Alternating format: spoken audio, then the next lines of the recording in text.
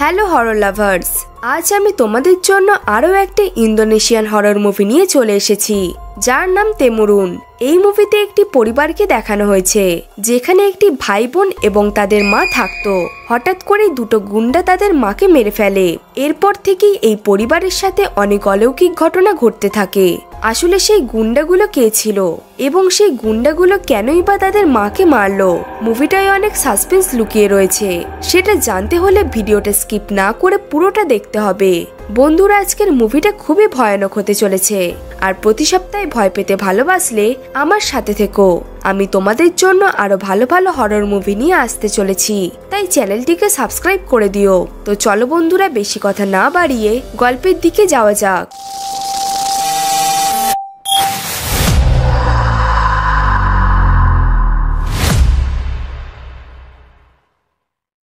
মুভির শুরুতেই আমরা একটি মেয়েকে দেখতে পাই যার নাম ছিল গায়ত্রী।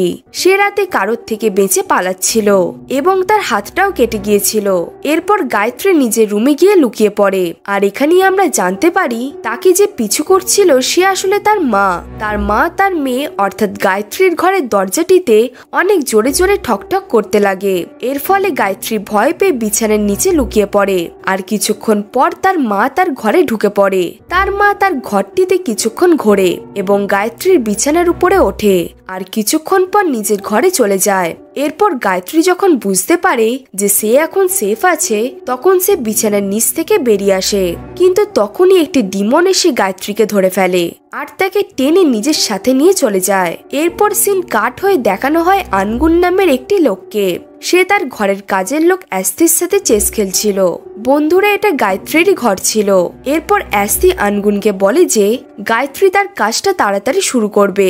এরপর আনগুন বলে যে তাকে কিছু একটা করতেই হবে।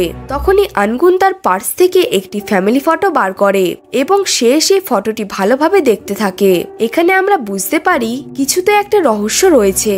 বন্ধুরা, আনগুনের যে ওয়াইফ ছিল তাকে সে অনেক বছর আগেই ছেড়ে দিয়েছে। সেখান থেকে অনেক দূরে তাদের মেয়ে দেবী, তার ভাই সেনা ও তার মায়ের সাথে থাকতো। মানে বন্ধুরা, আনগুন ও দায়ার মেয়ের নাম হলো দেবী ও ছেলের নাম হলো সেনা। দায়া সবসময় ভাবতো যে তার মেয়ের জীবন বিপদে আছে, এই জন্য সে তার মেয়েকে সবসময় তাবিজ কবজ দিয়ে আগলে রাখতো। কিন্তু এমন সে কেন করত সেটা দেবী বুঝতেই পারতো না। এই ফ্যামিলিতে ফাইন্যান্সিয়াল প্রবলেমও ছিল, আর দেবীর ভাই সেনা একজন বিবাহিতা মহিলার সাথে ইন্টিমেট হয়ে পয়সা কামাতো। এই ব্যাপারে সেনার পরিবারের কেউই জানতো না।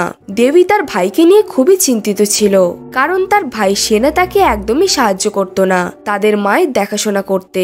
আর দায়ার অবস্থা দিন দিন খারাপ হয়ে যাচ্ছিল। দেবী তার মাকে একাই সামলাতো। এরপর একদিন রাতে দেবী জেগে যায়, কারণ সে হঠাৎ দায়ার শব্দ শুনতে পায়। এই জন্য দেবী চেক করতে যায়, আর তখনই তার মা তাকে ভয় পাইয়ে দেয়। সেই সময় দায়া কোনো একটি গাছের পাতা চেবাচ্ছিল। এরপর দেবী তার মাকে ঘরে শুয়ে দেয়। কিছুক্ষণ পর ঘরে সেনা আসে। দেবী সেনার সাথে তখনই ঝগড়া করতে শুরু করে, আর সেনাকে জিজ্ঞেস করে যে সে এত রাতে কোথায় ছিল। কিন্তু সেনা তাকে কোনো জবাবই দেয় না। সেই কিছুদিন হলে একটি বাইক কিনেছে, তার ইএমআইও সে দিতে পারছিল না, তাই দেবীর থেকে সেনা টাকা চাইছিল। পরের দিন দেবী তার নিজের কাজে চলে যায়। সে আসলে লোকেদের ঘরে ঘরে ওয়াইফাই লাগানোর কাজ করত, কিন্তু আজকাল তার কাজ ভালো চলছিল না।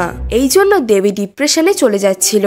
এরপর আমরা দেখতে পাই সেই দিন রাতে তাদের দরজায় কেউ একজন নক করছিল। দেবী দরজার কাছে গিয়ে চেক করে, কিন্তু প্রথমে সে কাউকে দেখতে পায় না। হঠাৎই দুটো গুন্ডা এসে দেবীকে ধরে ফেলে।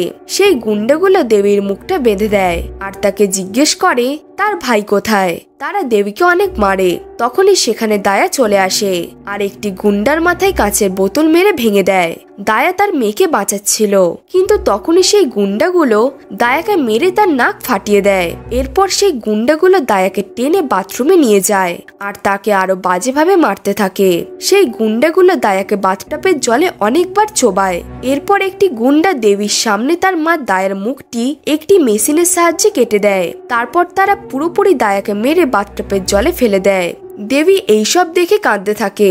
এরপর সে সেই গুন্ডাগুলোর থেকে জানতে পারে তার ভাই সেনা একটি বিবাহিতা মহিলার সাথে ইন্টিমেট রিলেশন বানিয়েছিল, আর এই কারণেই সেই গুন্ডাগুলো সেনাকে মারতে এসেছিল।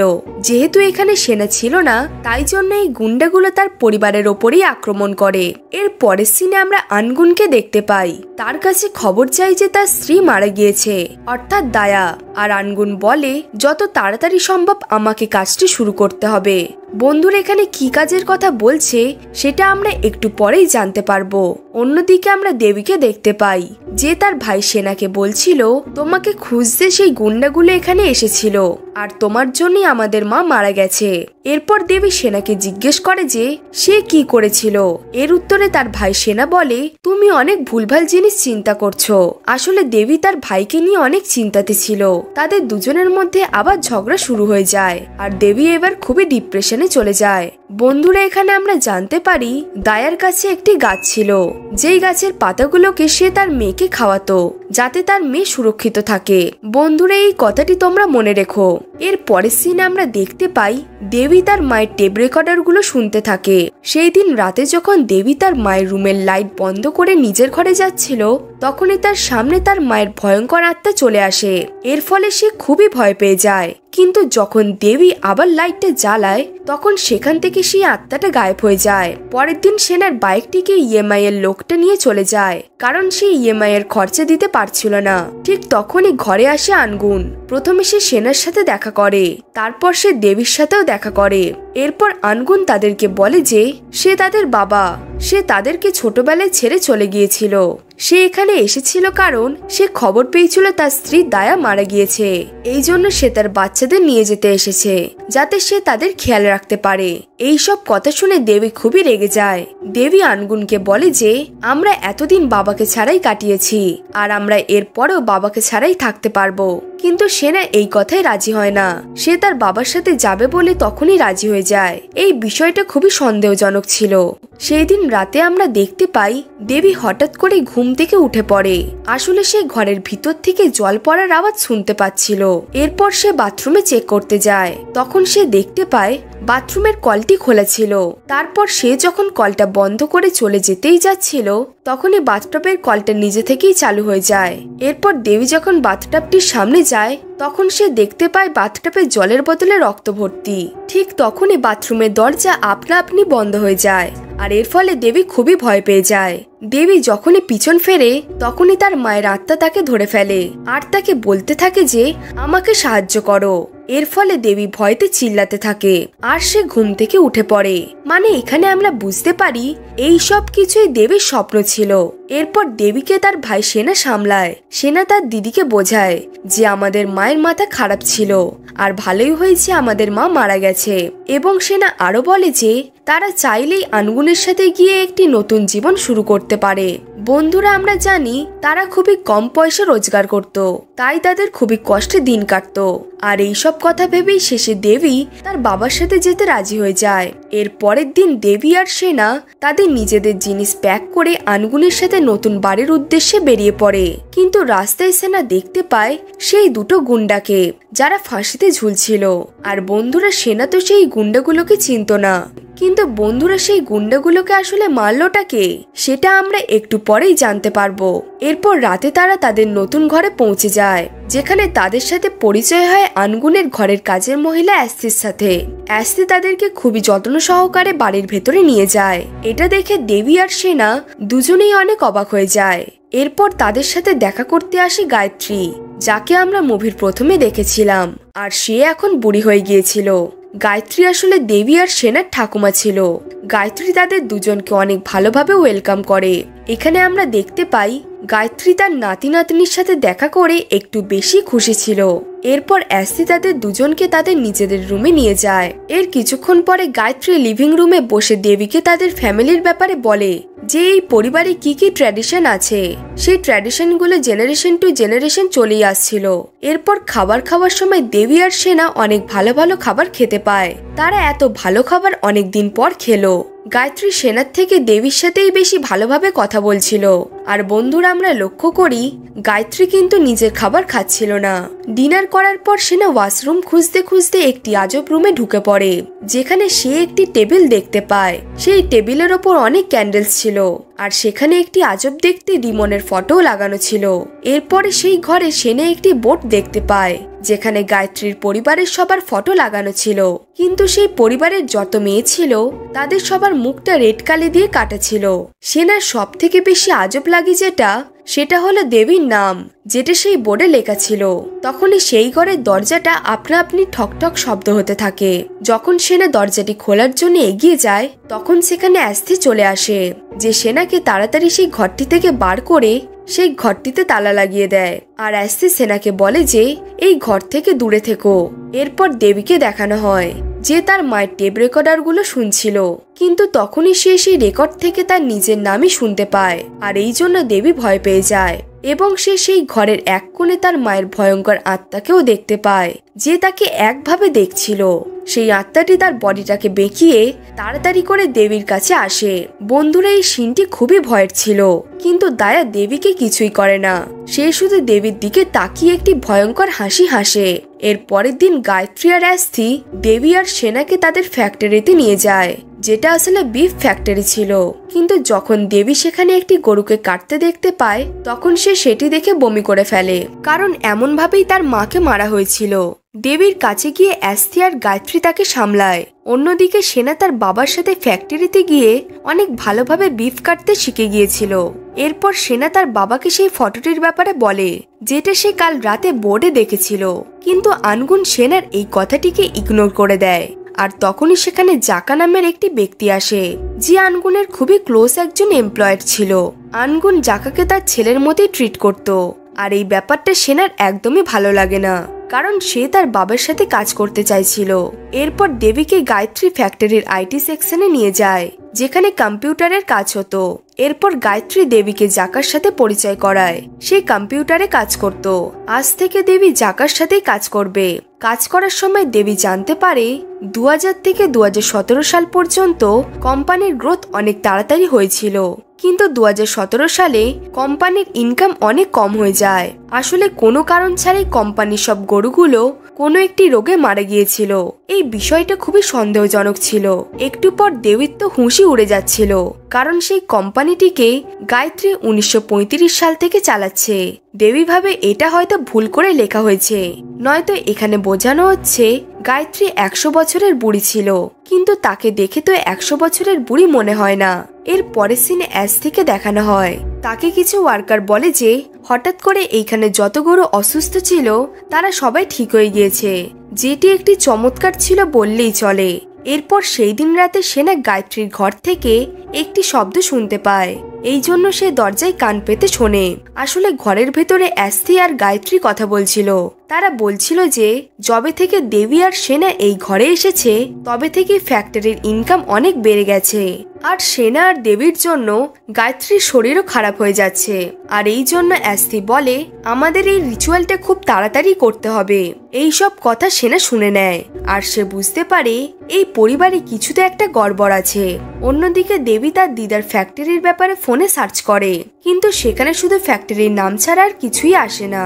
তখনই সেনা সেই ঘরে আসে, আর সে দেবীকে সবকিছু বলে, যেটা সে এই সবে শুনেছিল। কিন্তু দেবী ভাবে সেনা হয়তো ভুল শুনেছে, আর দিদার এত শরীর খারাপ হচ্ছিল কারণ সে এখন বৃদ্ধ হয়ে গিয়েছে। এরপর সেনা স্মোক করার জন্য বাইরে যায়, কিন্তু তখনই সে আনগুনকে দেখতে পায়, অর্থাৎ তাদের বাবাকে। তাকে জাকা কিছু পাতা দিয়ে যায়। বন্ধুরা তোমাদের নিশ্চয়ই মনে আছে দায়া দেবীকে কিছু পাতা খাওয়াতো তার প্রোটেকশনের জন্য। এখানে সেই পাতাগুলোই জাকা আনগুনকে দিয়ে যায়। অন্যদিকে দেবী চা নিতে বাইরে বেরোয়, তখনই সে কিছু শব্দ শুনতে পায়, আর হলের একটি কোণে তার মাকে সে দেখতে পায়, অর্থাৎ দায়াকে।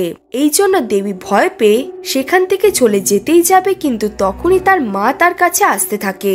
এর ফলে দেবী খুবই ভয় পেয়ে যায়, আর তখনই তার কাছে আসতে চলে আসে। আর সে দেবীকে বলে রাতের সময় ঘরেতেই থেকো।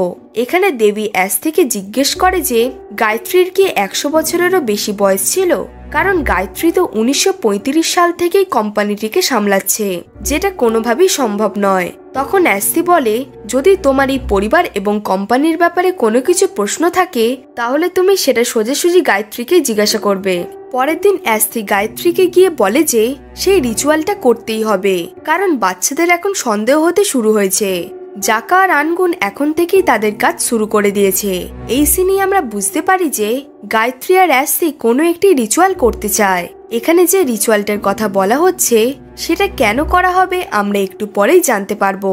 আর জাকা এবং আনগুন তাদের কোনো একটি প্ল্যানে জড়িত ছিল, মানে দুটো জিনিস একসাথে হচ্ছে। এরপর আমরা সেনা আর জাকাকে দেখতে পাই, যেখানে দুজনের মধ্যে ছোট একটি আর্গুমেন্ট হয়ে যায়, কারণ সেনা তো প্রথম থেকেই জাকাকে পছন্দ করত না। সেনা শুধু একটি বাহানা খুঁজছিল তার সাথে ঝগড়া করবে বলে। এরপর সেনা আর আনগুন একসাথে ফ্যাক্টরির কাজে যায়। এরপর রাতে যখন দেবী খাবার খাচ্ছিল তখন তার মুখে পড়ে সেই পাতাটি, যেটা তার মা তাকে খাওয়াতো। এই জন্য দেবী তাদের সবাইকে সন্দেহ করতে থাকে। এরপর দেবী যখন বাথরুমে ফ্রেশ হতে যায় তখন আমরা তার পিছনে একটি ভয়ানক আত্মাকে দেখতে পাই, কিন্তু যখন দেবী পিছন ঘোরে তখন সে অ্যাস্থিকে দেখতে পায়। এরপর অ্যাস্থি দেবীকে গায়ত্রীর ঘরে নিয়ে যায়, আর গায়ত্রী দেবীকে তার বড় একটি মিউজিক কালেকশন দেখায়। আমরা জানি দেবী গান শুনতে ভালোবাসতো, এই জন্য দেবী তার দিদার এরকম কালেকশন দেখে সে খুবই খুশি হয়। আর এইখানে গায়ত্রী আর দেবী দুজনে একসাথে একটি বন্ড করে। গায়ত্রী বলে যে সে এবং তার মা অর্থাৎ দায়া খুব ভালো বন্ধু ছিল। এটা শুনে দেবী তার মাকে আরো বেশি মিস করতে থাকে। এরপর গায়ত্রী বলে কিছু লোক মরার পরে পুরোপুরি শেষ হয়ে যায়, আর কিছু লোক মরার পরেও এখানেই থেকে যায় এবং আমরা হয়তো তাদের সাথে কথাও বলতে পারবো। এটা শুনে দেবী মনে করে যে গায়ত্রী হয়তো আত্মাদের সাথে কথা বলতে পারত, কিন্তু তখনই গায়ত্রী সেই টপিকটা বদলে একটি গান চালিয়ে দেয়। এরপর সে দেবীর সাথে ডান্স করতে থাকে। সিন শিফট হয়ে অ্যাস্থিকে দেখানো হয়, যে আনগুনের সাথে চেস খেলছিল। চেস খেলতে খেলতে আনগুন অ্যাস্থিকে জিজ্ঞেস করে যে তোমার প্ল্যানটা কি। অ্যাস্থি বলে যে আমি সেটাই করব, যেটা করলে আমার মাস্টার খুশি হবে, আর আমি তোমাকে কখনোই জিততে দেব না। এখানে আমরা বুঝতে পারি এই ঘরে যে দুটো আলাদা আলাদা গেম চলছিল সেই ব্যাপারে সবাই জানে, আর এখন সবাই দেখছিল যে এই গেমে আসলে জিতবেটা কে। এরপর সেনা সেই রাতে একটি গুন্ডাকে দেখতে পায় যে তাদের ঘর থেকে দৌড়ে পালিয়ে যায়। এই জন্য সেনা তাকে ধরতে পারে না। সেই গুন্ডাটি ঠিক ওই গুন্ডাগুলোর মতোই জামা পড়েছিল যারা দায়াকে মেরেছিল। এখানে আমরা বুঝতে পারি এই পরিবারের সাথে দায়ার মৃত্যুর কোনো একটি কানেকশন তো আছেই। অন্যদিকে দেবী যখন তার দিদার সাথে ডান্স করছিল তখনই গায়ত্রী অজ্ঞান হয়ে যায়, আর ওইদিকে সেনা আনগুনকে গিয়ে বলে যে সে এই ঘর থেকে একটি গুন্ডাকে বেরিয়ে যেতে দেখেছে। কিন্তু আনগুন সেনাকে বলে যে চুপচাপ গিয়ে শুয়ে পড়ো, ভুলভাল জিনিসে মাথা ঘামিও না। এই বিষয়টি সেনার খুবই অদ্ভুত লাগে। এরপর অ্যাস্থি গায়ত্রীকে বিছানায় শুয়ে দেয়, আর সে দেবীকে বলে যে তোমার দিদার শরীর এখন খারাপ, এই জন্য সে নাচতে পারবে না, আর গায়ত্রীর যদি কিছু হয়ে যায় তাহলে পুরো ফ্যাক্টরির দায়িত্ব দেবীর উপরে চলে আসবে। এরপর আনগুন আর জাকাকে দেখানো হয়। বন্ধুরা, এদের কথা থেকে আমরা অনেক কিছু জানতে পারি। আসলে গায়ত্রীর পরিবারে একটি ডিমন ছিল, সেই ডিমনটি গায়ত্রীর ভিতরেই ছিল। গায়ত্রী সেনা আর দেবীকে এই ঘরে ডেকেছিল কারণ সে ডিমনটিকে একটি নতুন শরীর দিতে পারবে, আর গায়ত্রী যে শরীরটি শয়তানটিকে দিতে চাইছিল সেটা আসলে দেবীর শরীর ছিল। এই জন্য যখন থেকে সেনা আর দেবী এই ঘরে এসেছে তবে থেকেই সব গরুরা সুস্থ হয়ে গিয়েছে। মানে গায়ত্রীর শরীরে যে ডিমনটি ছিল সে আসলে জেগে গেছে, আর সে তার শক্তি দিয়ে পরিবারের সব জিনিস ঠিক করছিল, কারণ সে একটি নতুন শরীর চাইছিল। আনগুন এই পরিবারটিকে ডিমনের থেকে বাঁচাতে চাইছিল, এর জন্য তার কাছে একটি রাস্তাও আছে। আসলে তার কাছে একটি মূল্যবান ছুরি আছে যেটা দিয়ে সে ডিমনটিকে মারতে পারবে। আর বন্ধুরা, এই পরিবারটিকে ডিমনের থেকে বাঁচানোর জন্যই আনগুন তার স্ত্রী দায়াকে ছেড়ে দিয়েছিল। এই ব্যাপারে আমরা মুভির শেষে জানবো। এরপর আনগুন রাতে সেই ছুরিটিকে নিয়ে যায় গায়ত্রীকে মারতে। যখন আনগুন ছুরিটি দিয়ে গায়ত্রীকে মারতেই যাবে ঠিক তখনই সেখানে অ্যাস্থি চলে আসে। অ্যাস্থি আনগুনের গলায় বারবার আঘাত করে খুবই বাজেভাবে তাকে মেরে ফেলে, কারণ অ্যাস্থির মাস্টার আসলে গায়ত্রী ছিল না, বরং গায়ত্রীর ভিতরে থাকা ডিমনটি ছিল। এর পরের দিন জাকার হুঁশি উড়ে যাচ্ছিল, কারণ সে ফ্যাক্টরিতে আনগুনের লাশ ঝুলে থাকতে দেখতে পায়। তখনই আরো সব ওয়ার্কাররা সেখানে চলে আসে, আর তারা আনগুনের মৃত্যুর ব্লেম দেয় জাকাকে। অবভিয়াসলি জাকা পালিয়ে বাঁচে, কারণ নয়তো তারা তাকে মেরেই ফেলতো। এরপর দেবী আর সেনাও তাদের বাবার মৃত্যুর কথা জানতে পারে। এখানে সেনা খুবই ভেঙে পড়ে, কারণ সে এই কদিনে তার বাবার সাথে খুবই ক্লোজ হয়ে গিয়েছিল। এরপর থেকেই ঘরে ডিপ্রেশনের মহল শুরু হয়ে যায়। একদিন দেবী সেনাকে বলে যে আমাদের যত তাড়াতাড়ি সম্ভব এই ঘর ছেড়ে চলে যেতে হবে, কিন্তু সেনা এই ঘর ছেড়ে যেতে চাইছিল না। এই জন্য দেবী সেনাকে বোঝায় যে সবকিছু ঠিক হয়ে যাবে। কথা বলতে বলতে তারা ঝগড়া শুরু করে দেয়, আর সেনা দেবীর উপরে চিল্লাতে শুরু করে, কারণ ছোটবেলায় আনগুন তাদের ছেড়ে যখন চলে গিয়েছিল তখন দেবী জন্মেছিল। সেনা বলে দেবীর জন্যই তাদের মা পাগল হয়ে গিয়েছে, আর দেবীর জন্যই হয়তো আনগুন মারা গেল। কিন্তু দেবীও সব ব্লেম তার ভাইয়ের উপরে দিতে থাকে, আর দুজনের মধ্যে খুবই ভয়ঙ্কর লড়াই শুরু হয়ে যায়। এরপর সেনা সেখান থেকে চলে যায়, আর তার অ্যাস্তির সাথে ঝগড়া লেগে যায়, এবং অ্যাস্তি তাকে জানায় যে তোমার বাবাকে জাকা মেরেছে পয়সার জন্য। এরপর অ্যাস্তি সেখান থেকে চলে যাওয়ার পর সেনার কাছে একটি আননোন নাম্বার থেকে SMS আসে, আর সেই মেসেজে লেখা ছিল যে রাতে ফ্যাক্টরিতে এসো। এরপর রাতে আমরা দেখতে পাই দেবী ঘরে একা বসে কাঁদছিল, কারণ সে অনেক বেশি ডিপ্রেস ছিল। কিন্তু তখনই দেবী তার মায়ের আত্মাকে দেখতে পায়, যে নর্মাল রূপে তার সামনে এসেছিল। দেবী তার মাকে দেখে কাঁদতে থাকে, আর দায়া তার মেয়েকে অর্থাৎ দেবীকে কমফোর্ট করতে থাকে। কিন্তু যখন দেবী দায়ার কোলে শোয় তখন আমরা দেখতে পাই যে সে দায়া ছিল না, বরং সে ভয়ঙ্কর ডিমনটি ছিল, যে দেবীকে ম্যানুক্রিয়েট করছিল তার মায়ের রূপ নিয়ে, যাতে দেবী তার মাকে আরো বেশি মিস করতে থাকে। অন্যদিকে সেনা রাতে সেই ফ্যাক্টরিতে যায়, যেখানে সে জাকাকে দেখতে পায়। সেই তাকে মেসেজ করেছিল। জাকা এবার সেনাকে বলে যে আনগুনের মার্ডার করা হয়েছিল, আর জাকা আনগুনের হয়ে সেনা আর দেবীর সাহায্য করবে। কিন্তু বন্ধুরা সেনাকে এতক্ষণে অ্যাস্তি ম্যানুক্রিয়েট করে নিয়েছিল, আর এই জন্য সেনা পকেট নাইফ দিয়ে জাকাকে হামলা করে দেয়, কারণ সে তার বাবার মৃত্যুর বদলা নিতে চাইছিল। তাদের দুজনের মধ্যে লড়াই শুরু হয়ে যায়, আর সেনা জাকাকে অনেকবার সেই ছুরিটি দিয়ে আঘাত করে, আর তার গলাটা কেটে দেয়। মরার আগে জাকা সেনাকে বলে যে গাড়ির ডিকিতে গিয়ে চাবির সাহায্যে খোলো। এরপর জাকা এটা বলেই মারা যায়। তখনই সেনার মনে পড়ে যে তার বাবা কোনো একটি কারণের জন্য তাকে গাড়ির চাবিটা দিয়েছিল। অন্যদিকে দেবীকে দেখানো হয়, যেখানে গায়ত্রী তার কাছে আসে আর তাকে সামলায়। এখন দেবী তার মাকে অনেক বেশি মিস করছিল। আর অন্যদিকে গাড়ির ভিতরে সেনা একটি বই খুঁজে পায়। বন্ধুরা, এই বইটি থেকে আমরা আরো অনেক কিছু জানতে পারি। আমরা জানতে পারি অ্যাস্থি কোনো মানুষই ছিল না, সে আসলে সেই ডিমনটার একটি অ্যাসিস্ট্যান্ট ছিল, যে সেই ডিমনটাকে খেয়াল রাখার কাজ করতে অনেক বছর ধরে। সেনা সেই বইটা থেকে তার বাবার লেখা একটি চিঠিও পায়। চিঠিটাই সেই গাছের পাতাগুলো সম্পর্কে লেখা ছিল। আমরা জানতে পারি সেই গাছের পাতাগুলো আসলে ডিমনটার হাত থেকে রক্ষা করত। সেই ডিমনটা যখন দেবীর শরীরে প্রবেশ করবে তখন তার ভাই অর্থাৎ সেনাকে স্যাক্রিফাইস করতে হবে। এইসব পরে সেনা ভয় কেঁপে ওঠে।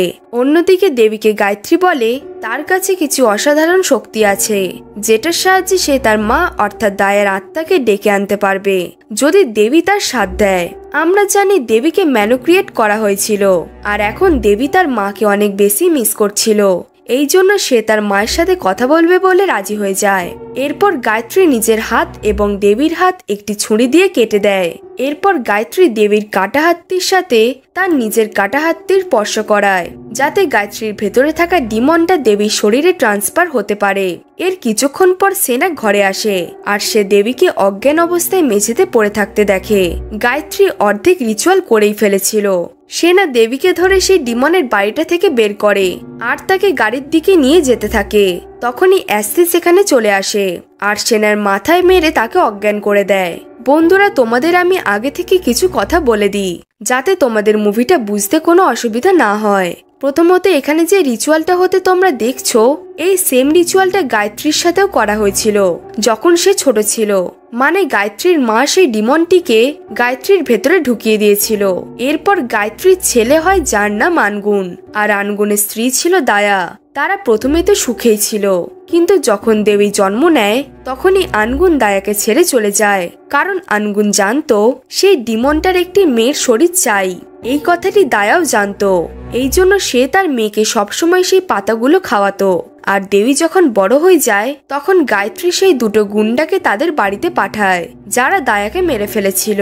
সে এমনটি করে কারণ যাতে দেবী আর সেনা পুরোপুরি একা হয়ে যায়, আর এর ফলে তাদের বাবার সাথে তারা গায়ত্রীর বাড়িতে আসতে পারে। বন্ধুরা, গায়ত্রী সেই গুন্ডাগুলোকেও মেরে ফেলেছিল যাদেরকে আমরা সেই গাছে ফাঁসিতে ঝুলতে দেখতে পাই। বন্ধুরা, আমরা বুঝতে পারি এই সব প্ল্যান আসলে গায়ত্রীরই ছিল, যাতে সে তার শরীর থেকে দেবীর শরীরে সেই ডিমনটিকে ট্রান্সফার করতে পারে। আর আনগুন প্রথম থেকেই তার বাচ্চাদের বাঁচানোর চেষ্টা করছিল, কিন্তু সে তার ছেলে মেয়েকে বাঁচাতে পারল না। এরপর দেবীর জ্ঞান ফিরে আসে। দেবীর যখন জ্ঞান ফেরে তখন সে দেখতে পায় সে জঙ্গলে বসে আছে, আর সেই রিচুয়ালটি প্রায় শেষ হতেই যাচ্ছিল।